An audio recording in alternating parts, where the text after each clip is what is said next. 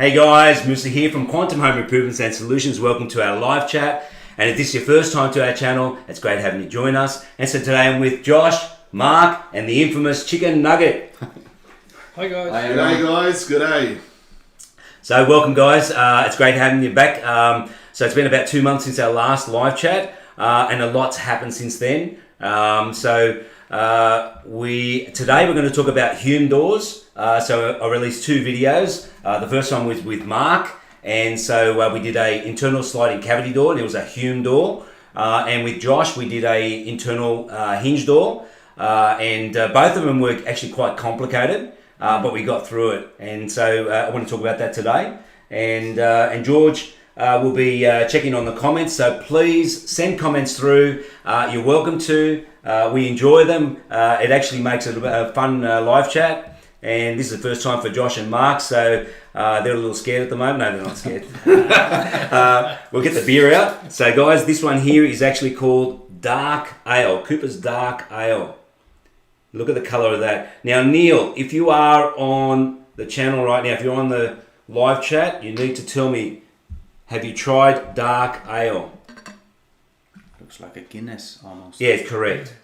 Okay, so Cooper's making this now. I'll talk a bit more about it later, but I just want to fill up the glasses. Sorry guys, I probably should have already done this, but I'd like to show you how this the head comes up with this. This is brilliant. It's a really good head on this. George, can you just put that bottle behind you? Oh, beside you? Oh, sweet. I can't rip you off, George. No, it looks great. Love the texture.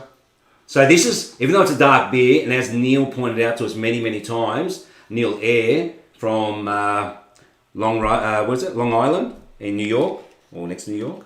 So yeah, dark beers aren't always bitter beers. This one is slightly bitter.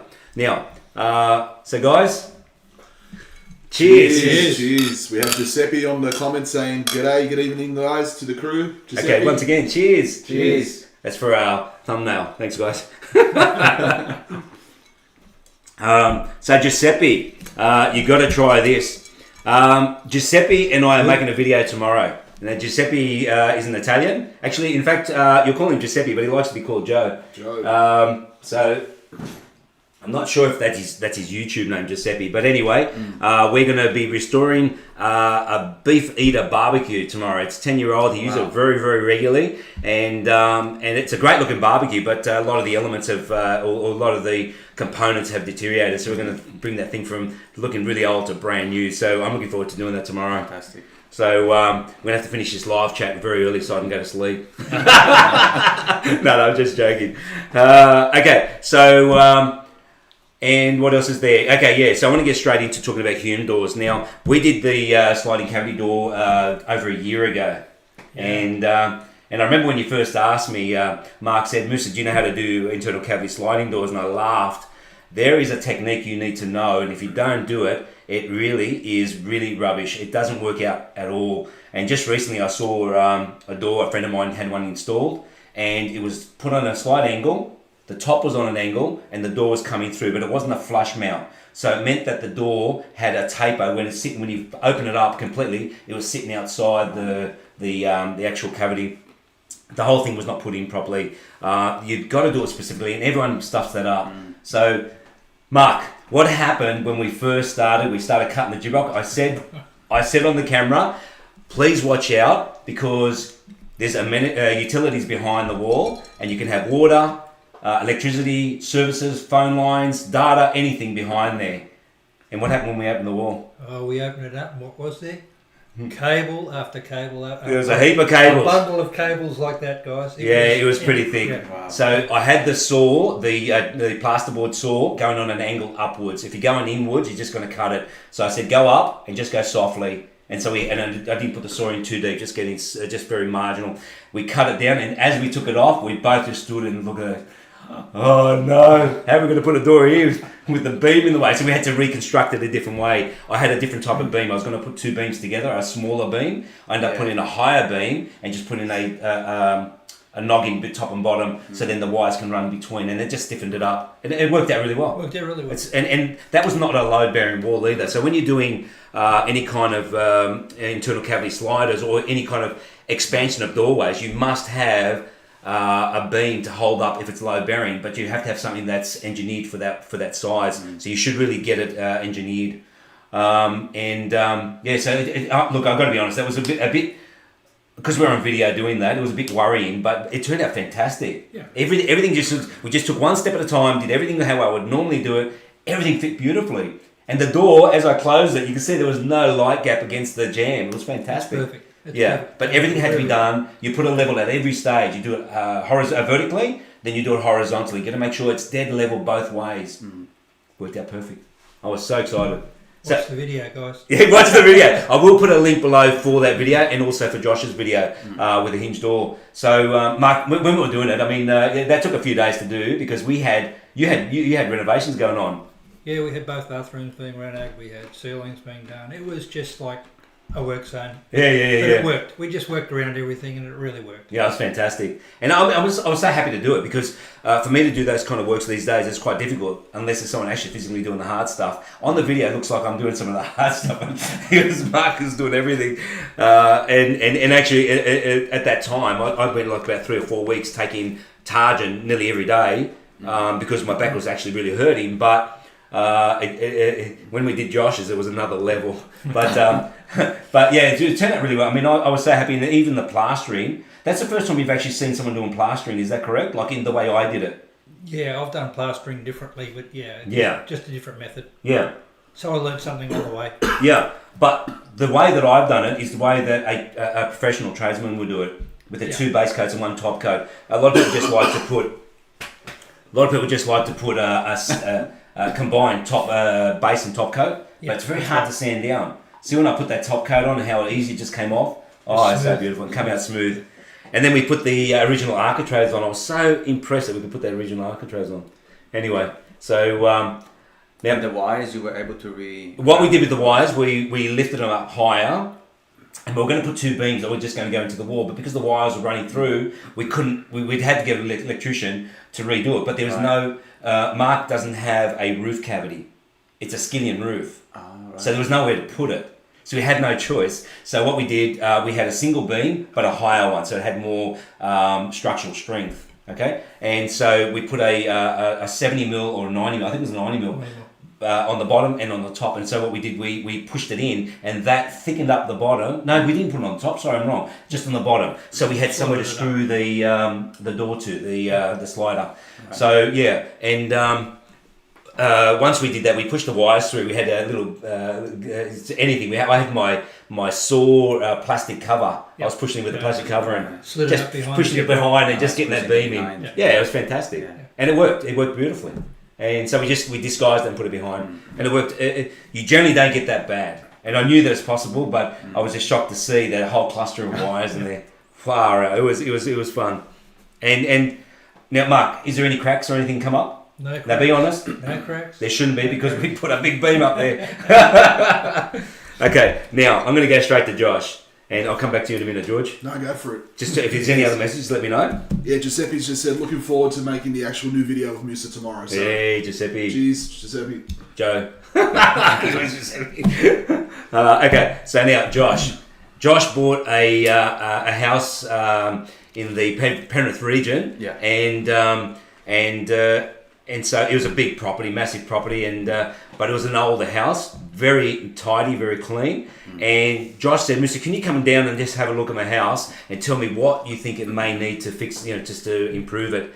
And it had been renovated by someone and done really well. I was very impressed how good a quality it was. So we walked around the outside, then we walked on the inside, and I said, "Josh, there's nothing to be done in your house. It's pretty good." And this is not for video's sake. This is just to Josh wanting my advice.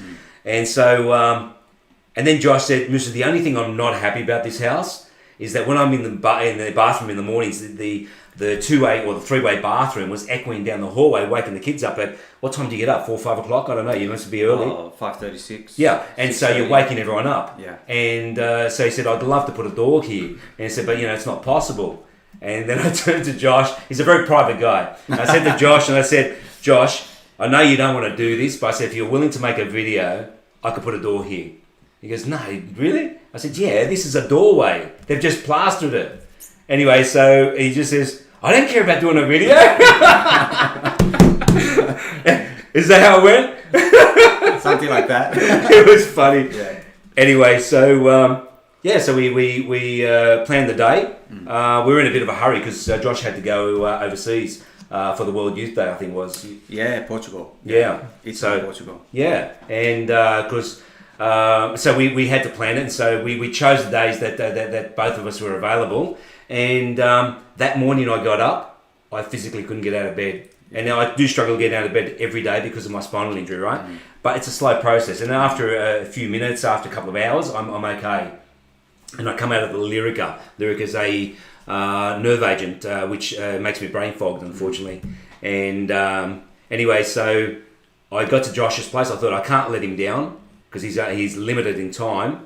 We were supposed to do it in probably a day and a bit, and it actually took 2 days. So, but the first day was the hard one. And Josh said, "Musa, I'm here. Whatever you want, just call me." Hence the joke in the beginning of the video, which is in the in the outro. Took me a few seconds. That was funny. That was funny. So I was on Targent, which is an opioid, and that was not good. So I was in a cheeky mood. I just couldn't bend down. So it's the great thing about it is that when we're making videos, I can do take after take and just take the good stuff. So there was a bit of grunting in the videos. I had to take a lot of it out. It was a long video anyway, so it didn't really matter. And there's only one part of the video where you can actually hear me grunting when I had to just bend it down a little bit. But one thing also happened during the video. Two things actually. We did not need to shave the door down. We actually were right on the size. We probably had about 1 or 2 mil on the bottom.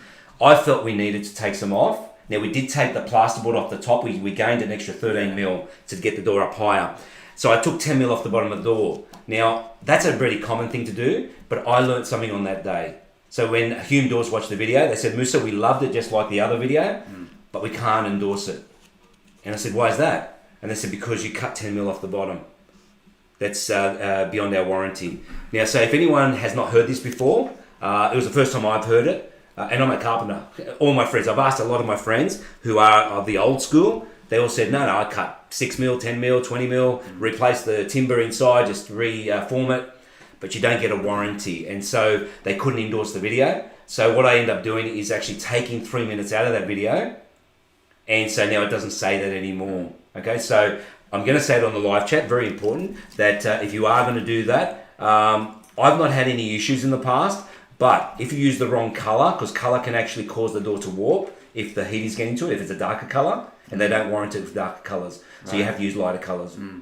But if it's also been cut, width or length, they won't warrant it. So when you put doors on, you do need to coat all the way around. Again, they won't warrant it unless it's coated all the way around because the moisture will get in. Yeah. Okay. So just a bit of a disclaimer. So I took that out of the video, and now Wilma, who's in marketing, very nice lady, very pleasant to talk to. I enjoy talking to her. People from Hume Doors are very easy to talk to, and I've known Hume Doors pretty much all my life. I lived in Guildford, and just next to Woodville Road, and Woodville Road takes you to the Hume Highway. And that's where Hume Doors are. So they call them Hume Doors from the Hume Highway. They first started off in Granville, went to Guildford, or the other way around, I can't remember. And they were making windows, but then the market was changing. And I think most people were going to aluminium windows.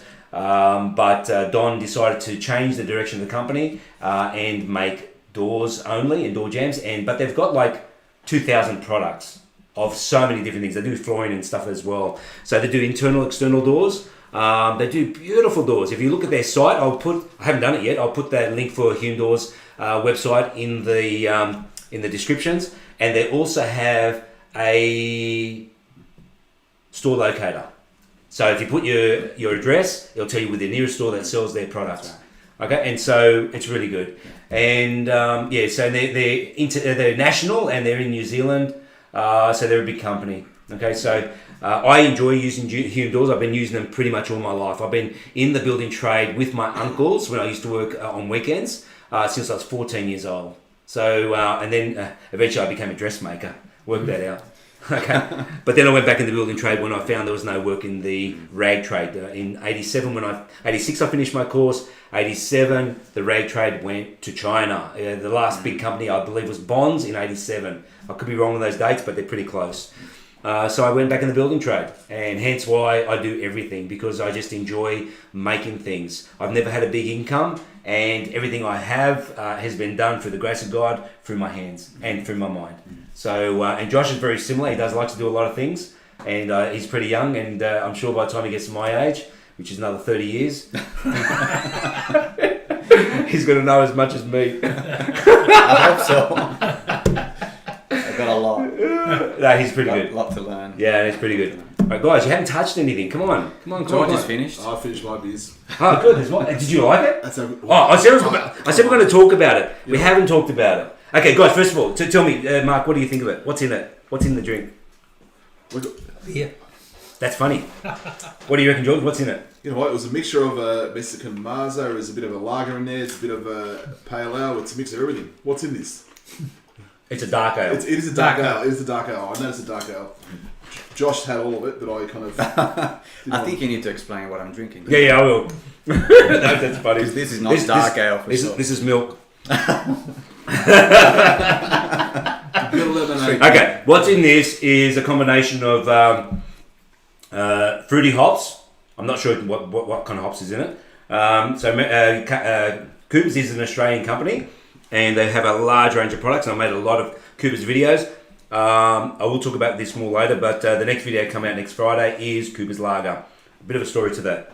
So this actually has chocolate in it as well. Wow. Okay, so it's quite a sweety, fruity, bitter sort of taste. It's quite nice. I like it. It's not excessively bitter, and as Neil said, dark beers does not mean bitter beers. But traditionally, dark beers are bitter. Traditionally, but that doesn't mean they're dark. Okay, so that's a dark beer. Know that. Yeah. So they're bitter beers. This is not that bitter. Okay, and I don't like bitter beers, so it's great. Yeah. It looks like a Guinness, actually. Yeah, it does. It does, yeah. It is a bit like a Guinness. Yeah. The colour looks like a Guinness. Yeah. So what do you think, Mark? How does it taste like? It's good. Do you like it? It's good. Can you taste the chocolate? No. Yeah, a little bit. The fruits. It's very minor. Yeah. Anyway, it's great. So now, first of all, is there any questions? I want to know, has anyone got any questions about doors? Because Josh is ready to answer every one of them. All 2,000 products. Actually, I've got a question. Just on the video that I've watched, and probably a question for Musa to ask. And I know my brother's also a carpenter, and I haven't asked him. When you put stackers or packers between the gaps of the architrave, what are the purpose of the packers? And Josh can tell you that because I educate him on it. Yeah. Jeez.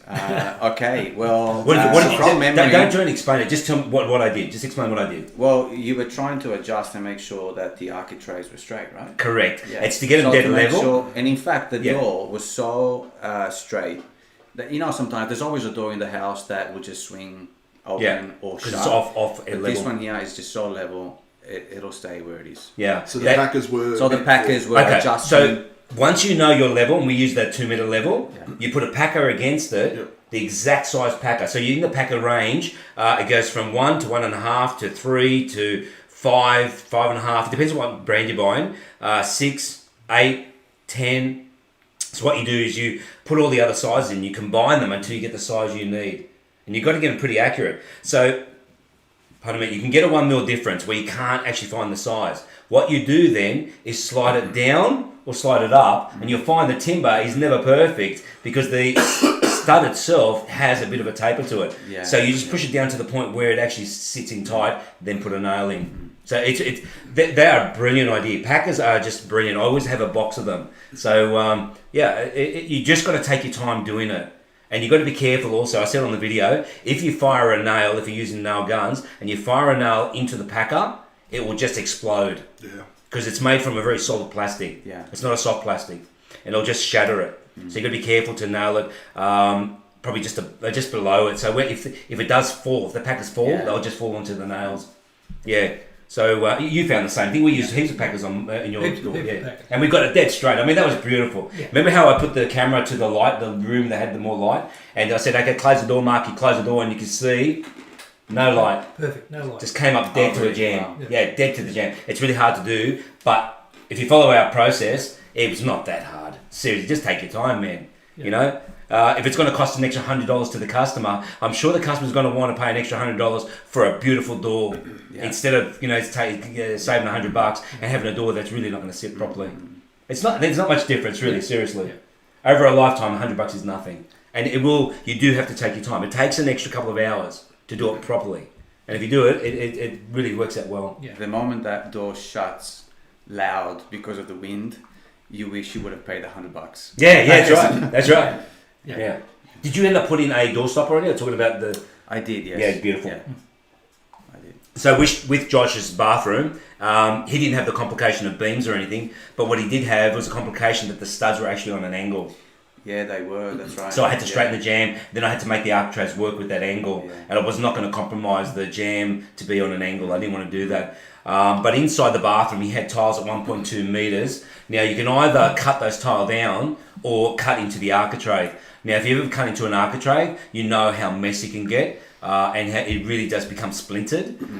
So I chose to cut the actual tiles, and I think it turned out better that way. Oh, it looks better. But I'm good with a grinder. You've got to be good with a grinder, and you can see on video how I'm cutting it. Yeah.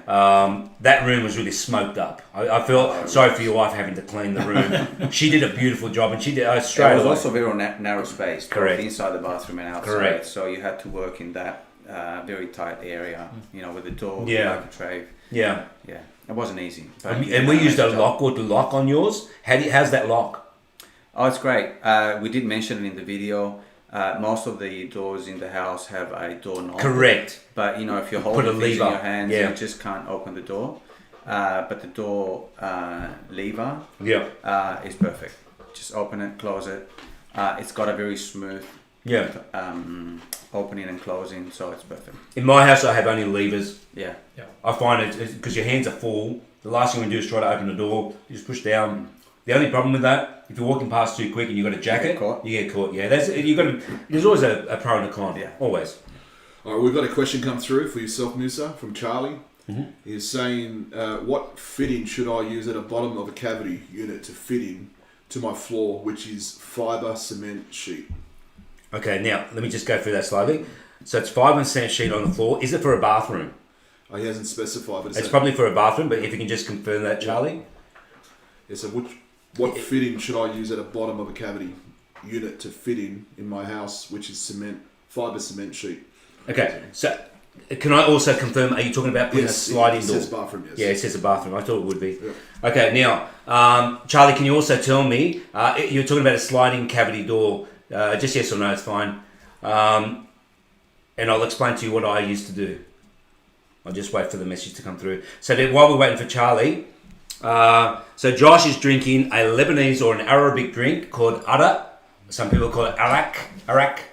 So basically it's just it's spirits. It's usually a white wine distilled with aniseed. So the aniseed gives it an oil, and then you mix it with water. All right, So that... Oh, sorry. No, go for it. Charlie said yes, Hume sliding cavity door. Okay.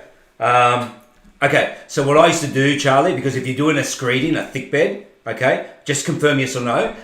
So usually I'd waterproof, then I'd screed. Obviously put a trim first. When you're waterproofing, you need to waterproof a trim in. You don't want water to come in at a weak point. So you waterproof the trim in. What I would normally do is cut the trim to return back on the inner part of the cavity. So let's say the cavity's on the inner cavity's on my right, your left.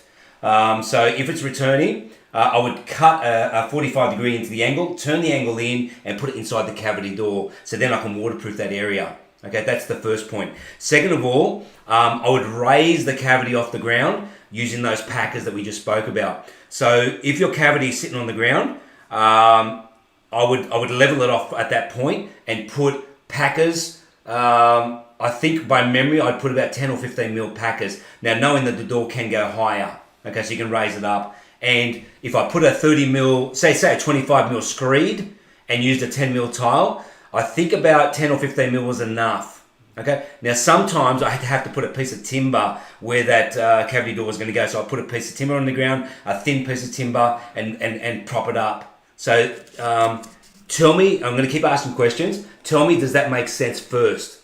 Now, while you're writing something, I'm going to talk to Josh. Now, So this is only 1/4 of alcohol in that cup. Okay, and sorry guys if I'm jumping. I'm just waiting for Charlie because I want to know more details so I can answer the question correctly. So that cup is a 375 and it's got 1/4 of alcohol in it. It is at around about 40%. 40%? Yeah, it's pretty high. Wow. Yeah, so... And the rest is water? And the rest is water. It was actually ice. You could see the condensation of water around the sides. So it was actually ice. You need to cool it down pretty good. It doesn't taste good warm. No.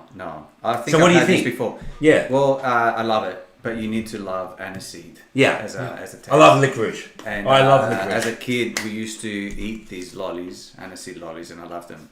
So it's a beautiful drink. Beautiful. Yeah. Good. I'm glad. All right, Charlie has replied. He says, yes, it makes sense. I was thinking of doing something like what you said, where I put a bit of timber down due to the screed thickness and tile to raise it to a bit. Okay, Charlie, now that you've agreed, how thick a screed are you going to do? And if you've got a fibre cement sheeting, that means that you are on piers, on timber. I've got to tell you, if you are on timber, don't go 25, go more. I know people don't like that big step, but you'll get cracking in your tyres. There's too much movement. You want to have a big screed on something that's on a suspended floor on timber. You're going to get movement. Does that make sense? And I'll wait for your reply. Now, guys, please, chow down. That's an Italian word, by the way. Chow down. No, Chow down. No. He's making it up. You know what chow means, right? Hello and goodbye. But it comes from the Venetians. It used to be the word... My cousins. It used to be the word... The meaning comes from the word sciao, sciavo, which means slave. Is that right? That's what the slaves would say. See the slaves? No, the slaves would present themselves to their owner as Chao Su. And over a period of time it became Chao, and then everybody used that as a greeting. So now it's just Ciao Bella. Ciao Bella, which means My beautiful darling. slave. Something like that. You finished yours really quick. That's nice. There's more. Yeah, no, it's just for markets. George doesn't usually drink beer this quick. I'm surprised. Oh, it's Friday night, and whatever around the world. If it's a Thursday night around the world or a Friday arvo around, it's Yours goes really frothy. I don't know why. it's the chocolate. Soap in the glass. No, it wouldn't go frothy with soap. It would actually be the opposite. Flat. Oh, thanks for yourself too. No, I'm going to have some later. I need to keep my faculties. This is great, guys. This is a beautiful beer. Now, I haven't released this video yet, so these guys are getting a sneak preview of a future video. But I do want to talk about lager, actually. Now, I've got Charles' reply, but I want you to do the last. no, you tell me. Yeah, so Charlie said, okay, yeah, the previous screed and tile we dug up was fairly thick. Yep. It was probably on the thicker side, around 30 mils. Yep. And there is a bit of step up from the floor to the tile. Okay. Yeah. So if you go less, Charlie, I would definitely suggest put some wire in there, probably some chicken wire to strengthen that up for you. So first do your waterproofing and then your screeding. That's the preferred way. Some people do screed and then do waterproofing on top of that. The only problem with that, I don't like that idea. I do have a waterproofing technician's license. So if you do that, if someone damages a tile and you take that tile up, you're taking the tile directly off waterproofing and you can actually damage the waterproofing. 70% of waterproofing fails in Australia. 70%. It's quite bad. So that's why I like to do waterproofing first, then the screeding. So if I ever have to take a tile off the floor, I know I'm not going to damage the waterproofing. So if that makes sense, that's why I prefer to do it. And that's from my experience. I did bathroom renovations for many, many years and I loved it. I actually enjoyed it. I made a video yesterday with a friend of mine, Angela. If you're watching Angela, hello. She's probably not because she's been injured. She fell and broke her foot. She asked me to put a handrail into her shower. I done that. I actually renovated that shower for her. It was a two-way, not a three-way, but a two-way. And we had to do a lot of work to fix that bathroom up. It was a mess. And it's just a beautiful bathroom. So we had to close in one window. I had to brick it in from the outside. This was done before my spinal injury 8 years ago. So the reason that I needed to do this for her, I told her I'm too busy. I've got to make too many videos. But then I looked at the photos of what I did in that bathroom, and where that handrail had to go, the grip rail, was right next to the plumbing. And if I left it up to someone else, very easily could have drilled into the water pipe, and she would have had a huge issue. If you, fair trading say, if you take a tile off the shower wall or the floor, you must redo the whole bathroom. Really? You must do the whole bathroom. So there's a law there. And I said, Angela, I'm coming to deal for you. So just yesterday, I did that. And I did it because I don't trust anyone mucking up my waterproofing. And I was busy. So I made a video out of it. And Angela, you're very cheeky. You won't see that video. A little shifty. Putting a handrail on, she deserves to turn the tap on. Testing the waterproof. Yeah, she was testing there. I want to see if the handle's too close to the rail. Thanks, Angela. Anyway, Charlie's just said, just to kind of wrap it up, he says, sounds very good. He goes, I've watched your video, Musa, on the Hume cavity door installation video. Yep. Quite a bit, which has been very, very helpful.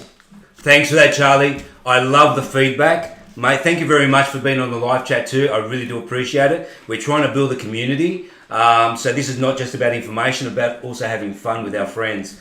And so, I think putting up that plank underneath or some kind of thickened board is probably better. I've done that a few times if I needed to raise that door up higher. So that's probably the best solution. And you can message me on that video, on the sliding door video, in the future, or even on this live chat when it's no longer live, when it's just running, and just message me and ask me any other questions. Sometimes I might take about probably 3 or 4 hours to get to you because I've got a lot going on, but I will get back to you. I always get back to everyone, unless someone's being silly. You get that sometimes. Okay, so Charlie, thank you. Okay, any others? He just said, cheers, lads. So. Fantastic. All right, so what else is there? I want to see the time. Oh, it's flying. Whoa. Guys, we've only got like 13 minutes to go. Okay. I think it's worth mentioning that the sliding door you did at my place was not a standard size door. Oh, yeah, I forgot to mention that, eh? So yours is just under 1,100. It's 1,100. You had to get it made up, special. And the door itself had to be special. Right. So it's a special cavity, yep. Special door, all tailor-made. For a special person. Lynn. But Do you think I was talking about you? No. But the doors are made to measure, and they... Yeah, it was brilliant, eh? Brilliant. It fitted perfectly. And because I knew Hume Doors so easily, I was just stripping them, pulling them apart, and there's Mark trying to look for instructions. I said, Mark, don't worry about that. Just pull it apart, man. What's this for? Don't worry, we're not going to use that. How much space do we need to allow here? Don't worry about it. I think I explained enough though. Hey, I went through it a number of times. Yeah, it worked. It was good. I think I explained it too much. I think people got confused there. What's all those measurements you're talking about? And anyway. How many takes? Hello. Oh, that was funny. As I said, I was on Targent, so that brain fog kills me. And sorry, Josh, our intro went, I think, for 15, 20 minutes. We've done a few takes on that. Anyway. So, okay, now the lager video. It's going to be released next Friday. I'm not going to say too much on it, but I will say it is a sad story. The reason I didn't do lager is the beer that comes, the canister that comes, or the can that comes in the Cooper's kit. So it's your first beer you're going to make is a lager. Now, why did I not make a video on lager? Because my neighbour started making Coopers because of me, and I explained it in the video, and unfortunately passed away. So it brought too much memories.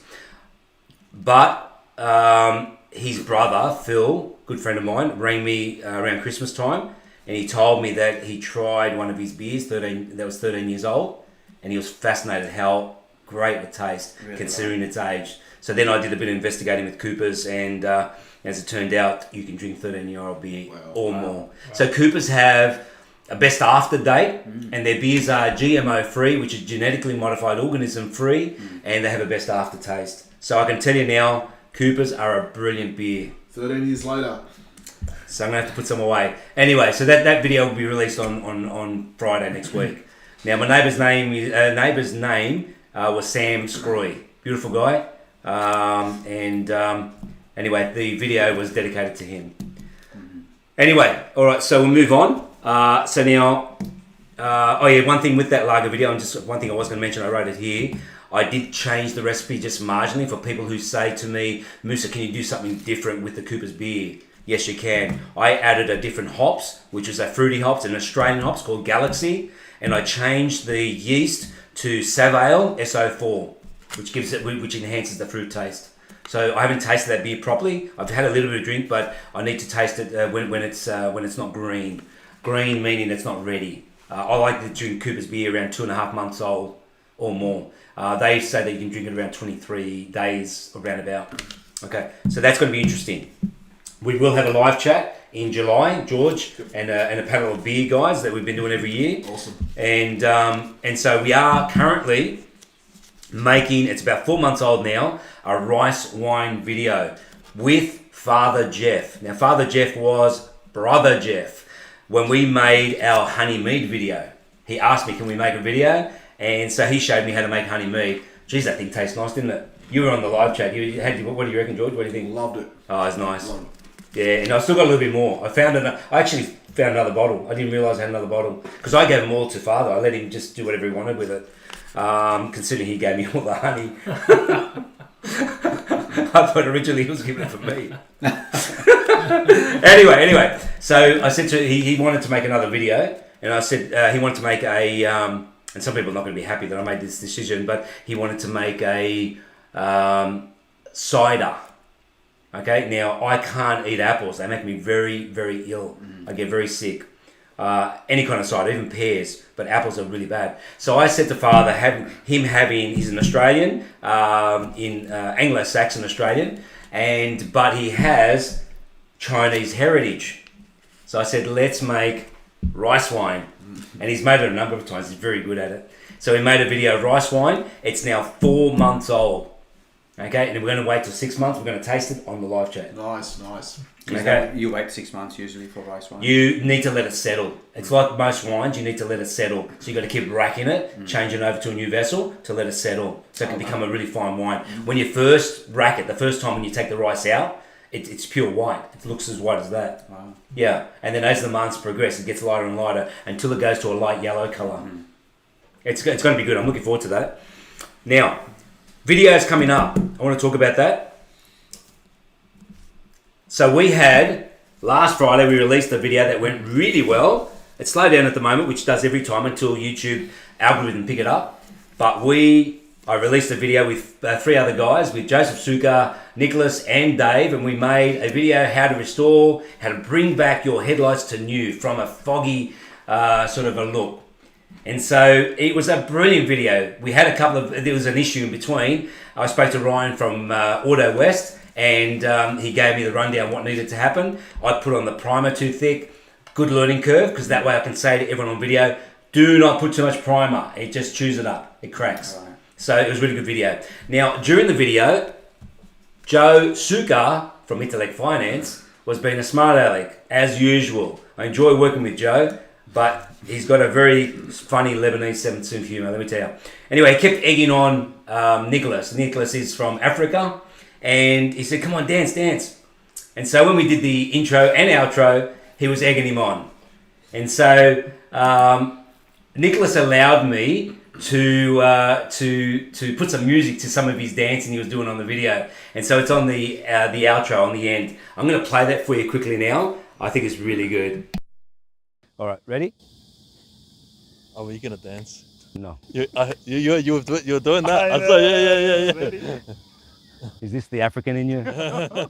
Is this? He's Look, doing he's dancing. it. He's doing it. As long as Nicholas's dancing is in the video, I'm happy.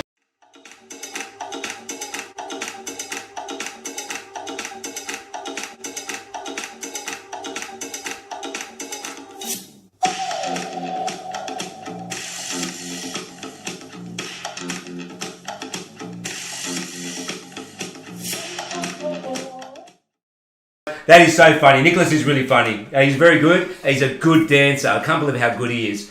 And so apologise again. So anyway, but Nicholas is not the only good dancer around here. Okay, so George and I went to a birthday party earlier this year to our mate Ian, who turned 50.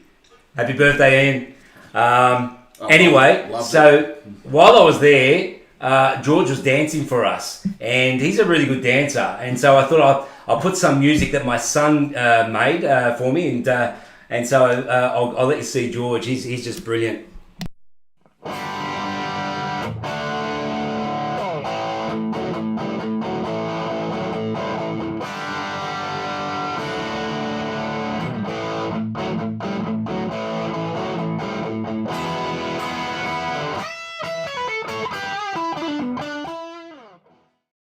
Anyway, so we had a lot of fun at that party. It was really good. Loved it. And once again, happy birthday, Ian.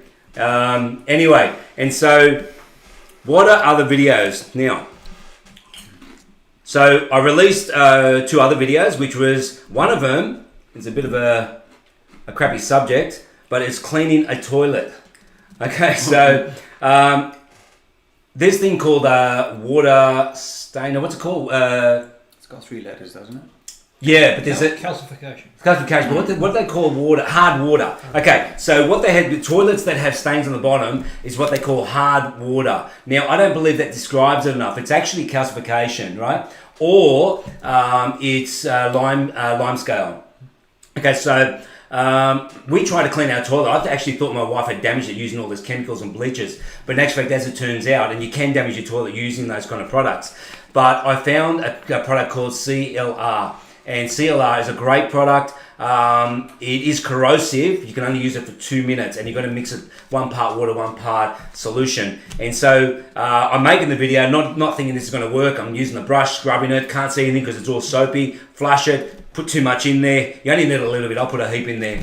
I did actually clean out the water after it was all cleaned with soap. I cleaned out the water with a sponge, took all the water out, and then put the solution in the water in. And the first go, it cleaned it like nearly 2/3. First go. Wow. And so it says on the instructions you can do it 5 times. I did it 4 times and it looked brand new. That is a brilliant video. I have that link below. It turned out fantastic. Now, next video before that one was Cooper's Canadian Blonde. That is a beer, if you're looking for a light beer, no, it's actually not a light beer, it's a 4.5 or thereabouts. But it's a beer it's a sweet beer. Okay, so if you don't like beers that are bitter and you just like a nice sweet beer, that's Cooper. So the Canadian Blonde is brilliant. It's really nice beer. Now I'm rushing through it because we do need to finish up in a couple of minutes. I promise Josh that I'll be on time. Now I've spoken about Angela's video, which we just made yesterday. Now also, the reason I'm standing now and haven't got a chair behind me, not only because I gave it to Mark, but because my legs are really hurting. I made a video with Joseph Suka at my place, and for a year now, I had an idea where I'd underbore under my driveway because I've got a water flooding issue, so I needed to put a stormwater pit. And it's pretty expensive to get someone to underbore, and I didn't want to cut my concrete to damage the integrity of the concrete. So I came up with an idea about a year ago that I'd use a 100mm sewer pipe, which is more like about 115mm, and attach my gurney. You get an attachment, attach the gurney inside and push it through. Now, a lot of people are saying it's not going to work. Now, you're going to have to watch the video. Unfortunately, we had a lot of big lucky stones. But that video, I haven't edited yet, but it was brilliant. And we did have some success. I'm going to say that. I had some success. So you got to watch the video. Brilliant video. I won't give too much away. Now, I've also mentioned that we're going to make a video tomorrow with Joe. So we're going to restore his Beef Eater barbecue, which is a signature Proline 6-burner natural gas barbecue with hood. And it's a BSH 158 SA, just in case you want to know the number. And there is another video coming up after that, which will be after the next live chat probably. But I'm going to show how to clean roller blinds. Okay, so we've got a bit of an issue with our roller blinds. After 10 years, they've got a fair amount of stain on them. I've used a product on there, which is something you wouldn't believe. And very, very affordable and very effective. Okay, and that's for sunscreen blinds. You can use it on any kind of synthetic fibre. So, guys, is there any other questions? No, love the beer, love the snacks, love the fellowship. Arak. If you want to say with the Arabic twist, say ara. Ara. Ara. Yeah, that's it. Ara. So some people say different accent. Ara. Anyway, so guys, thanks for joining us. We've had a great time. It went very quick today, I've got to say. Very quick. A lot to talk about. So our next live chat, I'm going to try to do in about maybe 6 weeks, if not a bit more. And then we're going to have our live chat with a beer tasting. So that's going to be brilliant. I'm looking forward to that. So we'll have our regular panel for that, 6 of us. Mate, looking forward to it. Yeah, so it's going to be good. Anyway, guys, let me just load up the next video, which is right there. And I'll see you guys on the next one. Thanks, guys. See ya. Thanks See for ya. coming. See ya.